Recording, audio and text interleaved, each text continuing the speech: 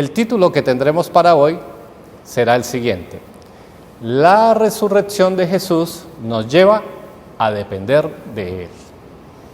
Vuelvo y lo repito: la resurrección de Jesús nos lleva a depender de Él. Y es supremamente importante que veamos cómo la dependencia de Jesús es el todo en nuestra vida. Es el todo, sin Él no podemos hacer absolutamente nada. Y vamos a extraer hoy del pasaje que estaremos viendo 3 aspectos fundamentales. El pasaje en el cual estaremos ocupados hoy será Hechos capítulo 1, versículos 12 al 26. Pero vamos a leerlo de poco a poco. Vamos a iniciar con la lectura entonces de la primera parte. Vamos a ir entonces a Hechos capítulo 1 y vamos a estar leyendo los versículos 12 y 14. Hechos 1 del 12 al 14. Entonces volvieron a Jerusalén desde el monte que se llama del Olivar, el cual está cerca de Jerusalén, camino de un día de reposo. Y entrados subieron al aposento alto, donde moraban Pedro y Jacobo, Juan, Andrés, Felipe, Tomás, Bartolomé, Mateo, Jacobo, hijo de Alfeo, Simón el celote y Judas, hermano de Jacobo. Todos estos perseveraban unánimes en oración y ruego con las mujeres y con María, la madre de Jesús, y con sus hermanos. El primer punto que quiero que veamos, basado en estos versículos, es el siguiente: necesitamos depender de Jesús para vivir como iglesia. La iglesia es el cuerpo de Jesucristo y Él es la cabeza de la iglesia. Esto nos lo enseña el apóstol Pablo en su carta a los Efesios, capítulo 5, versículo 23. Si usted quiere, puede anotarlo ahí. Y aprovecho para decirles que espero que tengan en la mano una libretita, una pluma y la Biblia. El versículo 12 nos habla de la obediencia. Entonces volvieron a Jerusalén, conforme a la instrucción que les había dado el Señor Jesús. En el versículo 4 de este capítulo primero encontramos lo siguiente: y estando juntos les mandó que no se fueran de Jerusalén, sino que esperasen la promesa del Padre. Estos discípulos lo primero que hicieron fue obedecer de acuerdo a la instrucción que les había dado el Señor Jesús. Ellos entonces regresaron a Jerusalén. La obediencia es fundamental en nuestra relación con Jesús. Los invito a que vayamos al libro de Romanos, capítulo 5, versículo 19. Romanos, capítulo 5, versículo 19. Porque así, por la desobediencia de un hombre, los muchos fueron constituidos pecadores, así también por la obediencia de uno, los muchos serán constituidos justos. La desobediencia de Adán permitió que el pecado entrara a toda la humanidad, pero la obediencia de Jesús permitió que cada uno de los que le reciben, que cada uno que coloca la fe en la persona de Jesús, el Salvador de la humanidad, por obediencia al Evangelio, pueda ser ¿qué? Justificado por la sangre de Jesús, por el sacrificio expiatorio que Él hizo en la cruz. Entonces, para tener una vida de congregación dependiendo de Jesús, necesitamos ser obedientes. El versículo 13 nos habla de la unidad.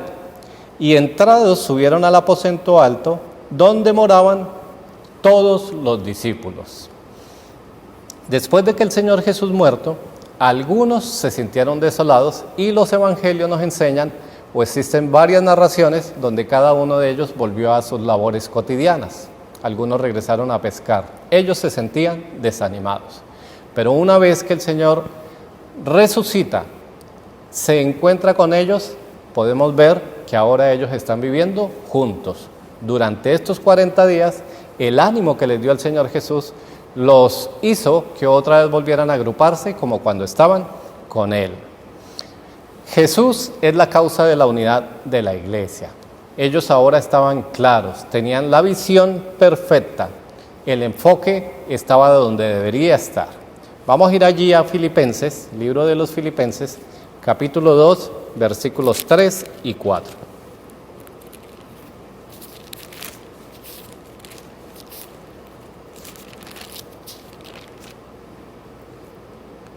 Nada hagáis por contienda o por vanagloria, antes bien con humildad, estimando cada uno a los demás como superiores a él mismo, no mirando cada uno por lo suyo propio, sino cada cual también por lo de los otros. De eso se trata la unidad, de poder servirnos los unos a los otros, estimando a los demás como superiores a nosotros mismos. Pero para que eso suceda, necesitamos estar juntos. Vamos al versículo 14, regresando entonces al libro de los Hechos, capítulo 1.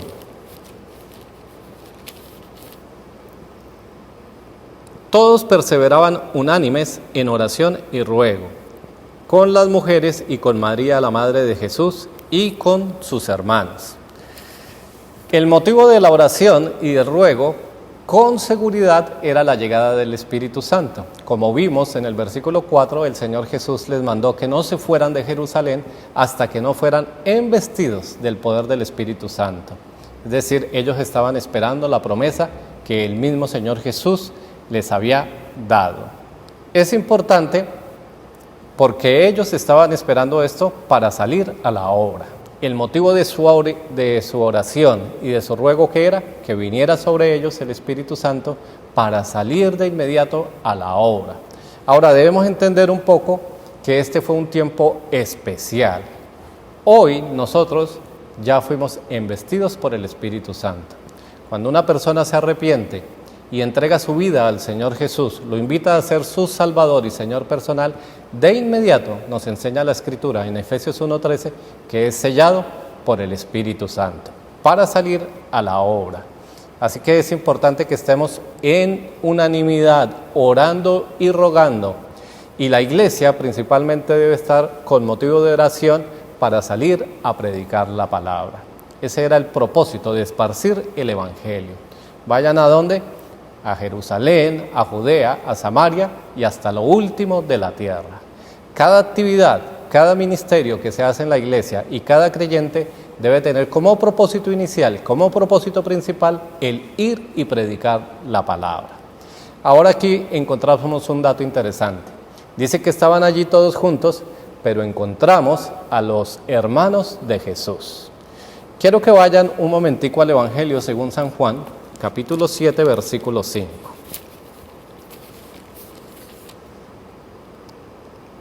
Dice allí, porque ni aún sus hermanos creían en él.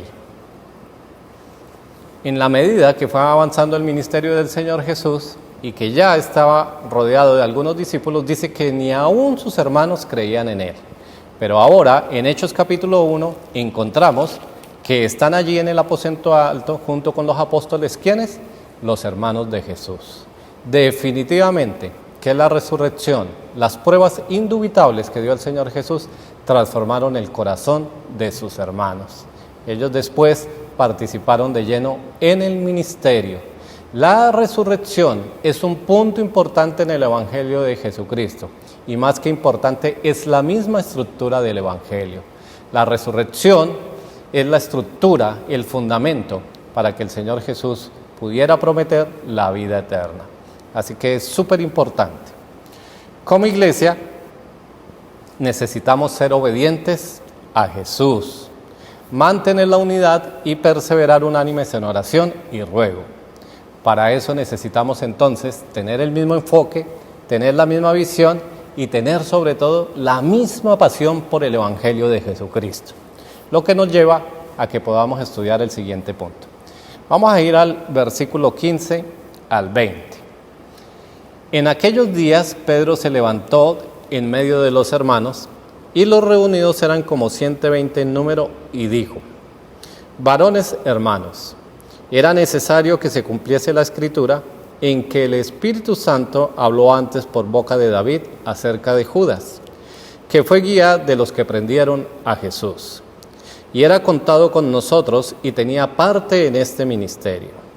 Este pues, con el salario de su iniquidad, adquirió un campo, y cayendo de cabeza, se reventó por la mitad y todas sus entrañas se derramaron. Y fue notorio a todos los habitantes de Jerusalén, de tal manera que aquel campo se llama en su propia lengua Aceldama, que quiere decir campo de sangre.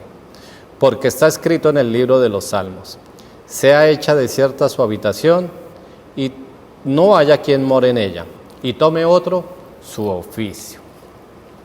Aquí hay un punto interesante. Necesitamos depender de Jesús para creer en su palabra. Al no estar Jesús, no quedaba más, y no nos queda más ahora, que depender por fe de su palabra. Dios mismo inspiró a 40 escritores para que dejaran plasmada, por la guía del Espíritu Santo, su santa palabra. Hoy podemos depender de ella. Necesitamos depender de Jesús para creer en su palabra. Los invito a que vayamos al Evangelio según San Juan, capítulo 14, y vamos a darle lectura a los versículos 15 al 17. Si me amáis, guardad mis mandamientos, y yo rogaré al Padre, y os dará otro Consolador, para que esté con vosotros para siempre. El Espíritu de verdad, al cual el mundo no puede recibir, porque no le ve ni le conoce. Pero vosotros le conocéis, porque mora con vosotros y estará con vosotros. Esta es la promesa que nos dio el Señor Jesús. El Espíritu Santo nos va a recordar todos los días las palabras, las promesas que Él mismo enseñó y mencionó a los apóstoles. Vamos a ver, regresando al capítulo de Hechos, la iniciativa que tuvo Pedro. En aquellos días, versículo 15, Pedro se levantó en medio de los hermanos. Pedro, al igual que los demás, estaba en oración y ruego, y recordó las Escrituras. Y este dato es supremamente interesante porque es la primera vez que aparece en la Biblia que Pedro trae a referencia la Santa Palabra, las Escrituras. Pedro fue llamado a ser un líder. Vamos a ir a Mateo 16, 19. Evangelio según San Mateo, del 16 al 19. Este pasaje, que es bastante conocido, es supremamente importante porque el Señor Jesús tuvo un trato especial con Pedro. Mateo 16, 19. Diciéndole a Pedro el Señor Jesús dice: y a ti te daré las llaves del reino de los cielos, y todo lo que atares en la tierra será atado en los cielos, y todo lo que desatares en la tierra será desatado en los cielos. Pedro fue de confianza del Señor Jesús, al igual que todos los apóstoles, pero a él de manera especial lo escogió para tener las llaves del reino. Más adelante vamos a estudiar de qué se trataron estas llaves y por qué él tenía las llaves del reino. Pero lo que sí podemos decir es que Pablo, en Gálatas 2, del 7 al 9, no lo vamos a buscar, se refiere a él y a otros dos apóstoles como columnas de la iglesia. Pedro, cuando inició su ministerio, era tenido como un baluarte de la iglesia, era tenido como una columna de la iglesia. Cada uno de nosotros, nos enseña este versículo, entonces debe ser intencional y debe ser influyente. Así como Pedro se levantó y tomó la iniciativa, cada uno de nosotros como hijo de Dios, en su momento, cuando sea adecuado, con sabiduría, con inteligencia espiritual, entonces debe levantarse y hablar la palabra de Dios. El versículo 16, lo invito a que lo leamos, dice lo siguiente: varones hermanos, era necesario que se cumpliese la Escritura en que el Espíritu Santo habló antes por boca de David acerca de Judas, que fue guía de los que prendieron a Jesús. Allí Pedro menciona que era necesario que se cumplieran las profecías. Esto lo trae el apóstol Pedro de las mismas Escrituras. Él está haciendo referencia a un salmo. El salmista, el rey David, habló por boca del Espíritu Santo, diciendo que esto era lo que se iba a cumplir. Y esto es supremamente importante porque Pedro entendió que la acción de Judas era el cumplimiento de una profecía, no era otra cosa. Dios estaba cumpliendo la profecía ¿Para que fuéramos qué? Para que tuviéramos fundamento en la palabra de Dios. Esa es la madurez espiritual que logra todo creyente cuando está saturado, cuando tiene su cabeza llena de la palabra de Dios. Vamos a ir a la carta que escribió el apóstol Pablo a los Corintios. Primera de Corintios, capítulo 4, versículo 6. Pero esto, hermanos, lo he presentado como ejemplo en mí y en Apolos por amor de vosotros, para que en nosotros aprendáis a no pensar más de lo que está escrito, no sea que por causa de uno os envanezcáis unos contra otros. El apóstol Pablo, hablando a la iglesia de Corintios y también a nosotros, nos enseña que nuestros pensamientos deben sujetarse a la palabra de Dios. No debemos envanecernos en nuestros propios pensamientos, sino que debemos ajustar todo, discernir todo con el filtro de la palabra de Dios. Necesitamos dependencia de Jesús para creer en su santa palabra.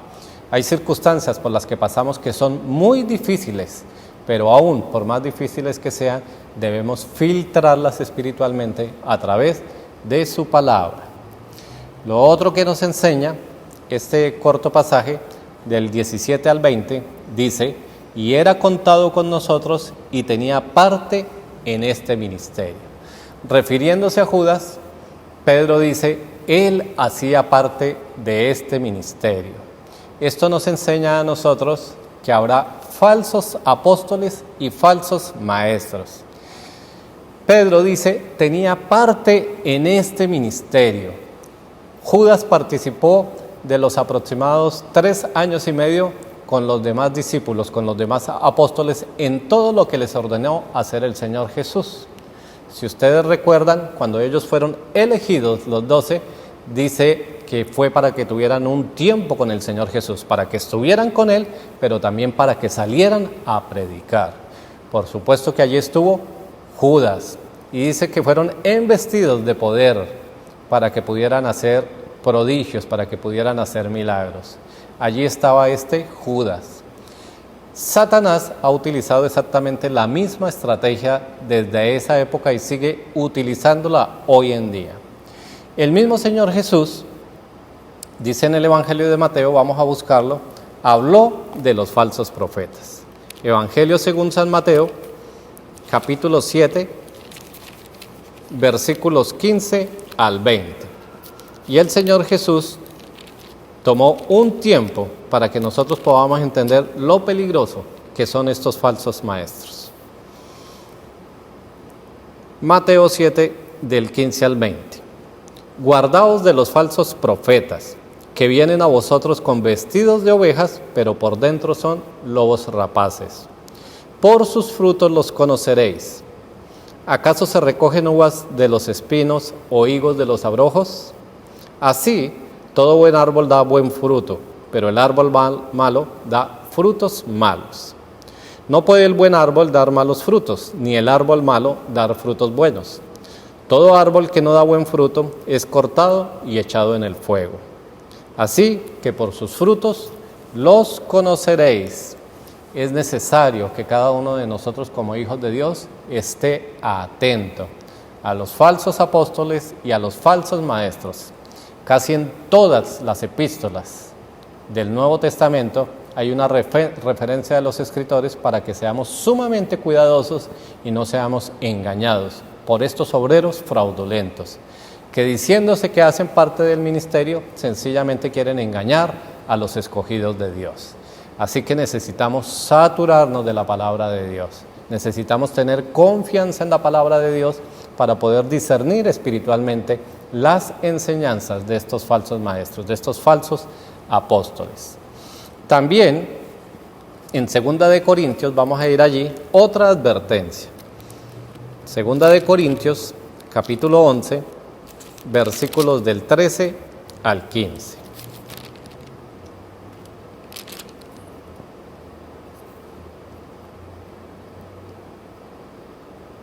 Dice así el apóstol Pablo: porque estos son falsos apóstoles, obreros fraudulentos que se disfrazan como apóstoles de Cristo.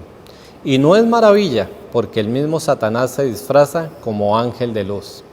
Así que no es extraño también que sus ministros se disfracen como ministros de justicia, cuyo fin será conforme a sus obras. El apóstol Pablo también nos hace la advertencia que habrá falsos apóstoles. Debemos ser cuidadosos. Esta frase es supremamente importante, el énfasis que hace el apóstol Pablo, porque el mismo Satanás aún se disfraza como ángel de luz. Satanás siempre ha querido disfrazarse como ministro de la palabra de Dios. Conoce muy bien la palabra, pero le da un toque para que nos desviemos. Así que cuando la verdad está un poquito contaminada, ya deja de ser verdad. Jesús es el camino y la verdad. Cuando nos colocan a un Jesús diferente, distorsionado, entonces básicamente estamos viendo a otra persona. Y ese es el trabajo de Satanás permanente. Primera de Juan 4:1. La primera carta de Juan, capítulo 4, versículo 1. Amados, no creáis a todo espíritu, sino probad los espíritus si son de Dios, porque muchos falsos profetas han salido por el mundo. Nuevamente, el apóstol Juan hace la misma advertencia. La Biblia es tan enfática y recalca tanto esto que debemos tomarlo muy en serio. A veces nos prestamos para escuchar muchísimas cosas, pero nosotros debemos ser sencillos y humildes en nuestro corazón para ir a la palabra. Necesitamos desaprender muchas cosas y aprender otras tantas, para que podamos tener la certeza de la sana doctrina, para que podamos tener claridad cuando vayamos a la palabra. Necesitamos más que leerla, necesitamos estudiarla con profundidad. Por eso aprovecho para invitarlos a que cada uno tenga un tiempo de devoción, que puedan estudiar la Biblia ordenadamente, que permitan en oración que el Espíritu Santo hable a sus corazones y que aprovechen estos tiempos, como es el tiempo del culto, y durante la semana puedan repasarlo. Todos estos principios son los que edifican y nos dan fortaleza, nos sirven de fundamento para que nosotros podamos estar firmes en los días malos, como dice el apóstol Pablo, hablándonos de la armadura de Dios. Al estar en dependencia de Jesús, por medio de su palabra, entonces nosotros tendremos discernimiento espiritual, lo que me lleva al siguiente punto. Vamos a regresar entonces a Hechos capítulo 1 y vamos a leer del versículo 21 al 26. Es necesario pues que de estos hombres que han estado juntos con nosotros todo el tiempo, que el Señor Jesús entraba y salía entre nosotros, comenzando desde el bautismo de Juan hasta el día en que de entre nosotros fue recibido arriba, uno se ha hecho testigo con nosotros de su resurrección. Y señalaron a dos, a José, llamado Barsabás, que tenía por sobrenombre Justo, y a Matías. Y orando dijeron: Tú, Señor, que conoces los corazones de todos, muestra cuál de estos dos has escogido, para que tome la parte de este ministerio y apostolado, del que cayó Judas por transgresión, para irse a su propio lugar. Y les echaron suertes, y la suerte cayó sobre Matías, y fue contado con los 11 apóstoles. Aquí en esta pequeña porción tenemos la elección del reemplazo de Judas. En medio de muchos servidores, Dios escogió entre Matías y José, este hombre llamado Barsabás y a su vez llamado el Justo. Debemos tener en cuenta que Pedro estaba como en oración y ruego, y también estaba en dependencia de las Escrituras. Cuando Pedro se levantó, ¿qué fue lo que dijo? Es necesario que la Escritura se cumpliese. Pedro estaba dependiendo de las Escrituras. Ahora esto es importante. ¿Cómo hablamos nosotros a las otras personas cuando necesitan tomar decisiones? Les damos dos cosas para hacer. Lo primero, permanezca en oración, y lo otro, vaya a las Escrituras.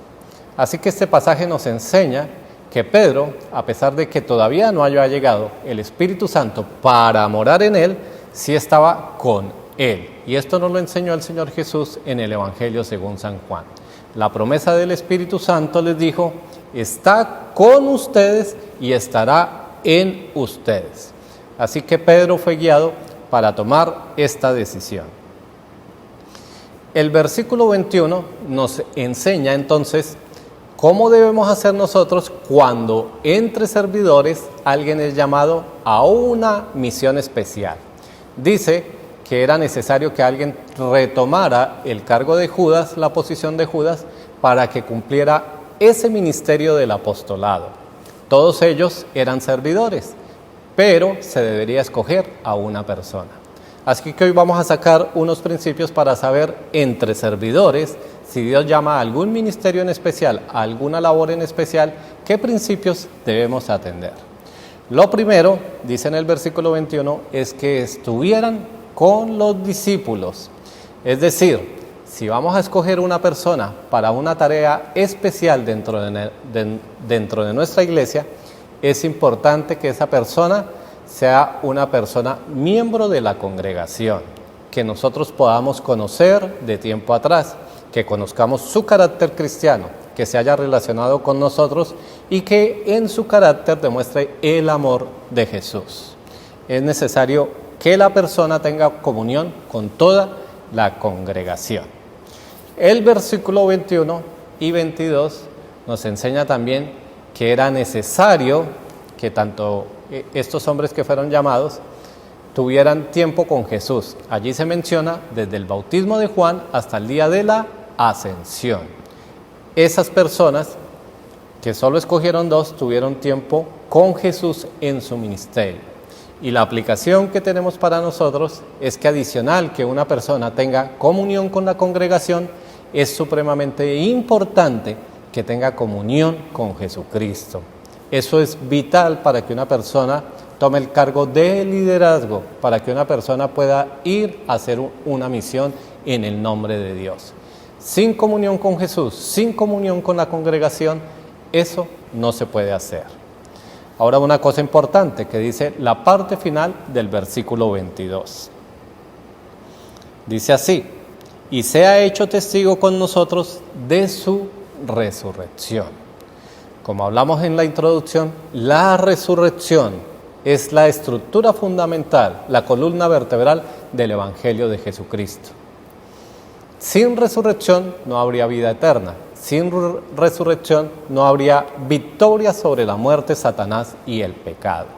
Así que es importante que nosotros hagamos un énfasis en especial cuando nosotros predicamos la palabra de Dios. Porque la resurrección es lo que transformó todo. La resurrección dividió el tiempo de la humanidad en 2, antes de Cristo y después de Cristo. En la resurrección es que está nuestra esperanza. En la resurrección es que nosotros vencemos el temor sobre la muerte.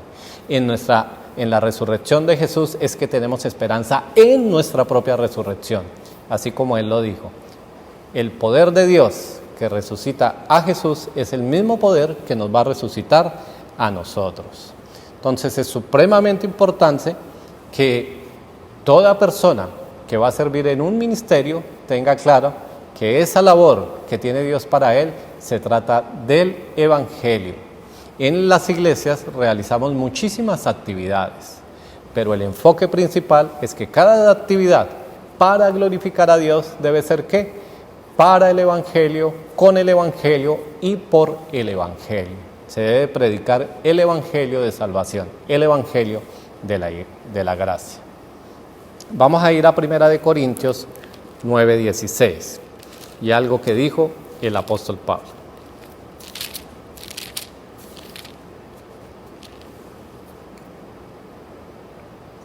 Pues si no anuncio el Evangelio, no tengo por qué gloriarme, porque me es impuesta necesidad. Y ay de mí si no anunciare el Evangelio. Este versículo, pues, es un versículo maravilloso. Y es un versículo que debemos guardar en nuestro corazón. ¡Ay de mí si no proclamara el Evangelio! Cada miembro de la congregación debería decirlo. ¡Ay de mí si no predico el Evangelio! Y sobre todo el énfasis para los líderes, para los que de alguna manera toman una responsabilidad en el ministerio. ¿El enfoque cuál es? predicar el Evangelio en medio de las actividades. Las actividades se hacen con ese fin, llevar la palabra de Dios. No se hacen para entretenimiento, se hacen con el fin de que las personas puedan arrepentirse, escuchar el Evangelio y puedan aceptar a Jesús como su Señor y Salvador. Otra cosa importante que encontramos, regresando a Hechos capítulo 1, en el versículo 24 es lo siguiente: y orando dijeron, necesitamos la guía de Dios. No podemos hacer nombramientos sin la guía de Dios. Necesitamos, como vimos al principio, dependencia de Jesús, dependencia del Espíritu Santo, dependencia de Dios Padre en una oración constante, perseverando como en oración y ruego. No se trata de escoger a las personas por sus propios méritos. Ahora el mundo quiere vender la imagen de las personas a través de sus propios méritos. Si es estudiado, si tiene un posgrado, si tiene un PhD, si es elocuente, si es guapo, si tiene buena figura. Se trata de los méritos de las personas. Pero en el reino de Dios no se trata de nada de eso. El reino de Dios se trata de algo espiritual y Dios está viendo los corazones. El mejor ejemplo que yo pudiera presentar hoy es el mismo Moisés. Moisés fue llamado por Dios para liberar al pueblo de esclavitud en Egipto. Y él mismo se declaró impedido. Casi que le dijo a Dios, yo creo que tú te has equivocado. Yo no soy la persona elegida. Es más, soy hasta tardo de lengua. Pero Dios no estaba pensando en qué, en los méritos, de cómo se veía o de cómo él hablaba. Él le dijo a Moisés, te he escogido a ti por tu corazón, a ti, y yo soy sabio. Si crees que es un problema el que hables así, que no hables elocuentemente, no te preocupes por eso. Te voy a colocar a tu hermano, a Aarón. Así que es importante que nosotros no desfallezcamos en la oración. Dios, el Señor Jesús y el Espíritu Santo constantemente nos están dando visión o algunas misiones especiales para que la iglesia haga. Y cuando enviamos a las personas, entonces debemos siempre acompañar todo de oración. Ese es un requisito. El profeta Amós es también otro buen ejemplo. No sé si han tenido la oportunidad, los invito para que lo lean. Él estuvo en el tiempo del rey Amasías y el rey lo desafió para que se fuera a predicar, a profetizar a otro lado.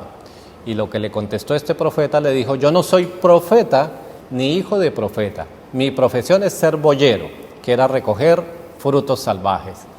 Pero ¿qué fue lo que le dijo? De allá me sacó Dios para que te trajera un mensaje. Eso somos nosotros. Dios no nos rescató por nuestros méritos, todo lo contrario. Nos rescató del lodo, de vidas llenas de pecado, de vidas llenas de vanidad. Y nos trajo por su gracia, no por nuestros méritos. Y así lo mismo es en el ministerio. No se trata de nuestros méritos. Ahora bien, vale la pena destacar que dentro del ministerio nosotros debemos prepararnos todo lo posible, todo lo que podamos. Pero ahí no está el poder del Evangelio. El poder del Evangelio está en Dios. Nosotros nos preparamos guiados por el Espíritu Santo porque el Señor al que llama, a ese capacita. Entonces permanezcamos en oración.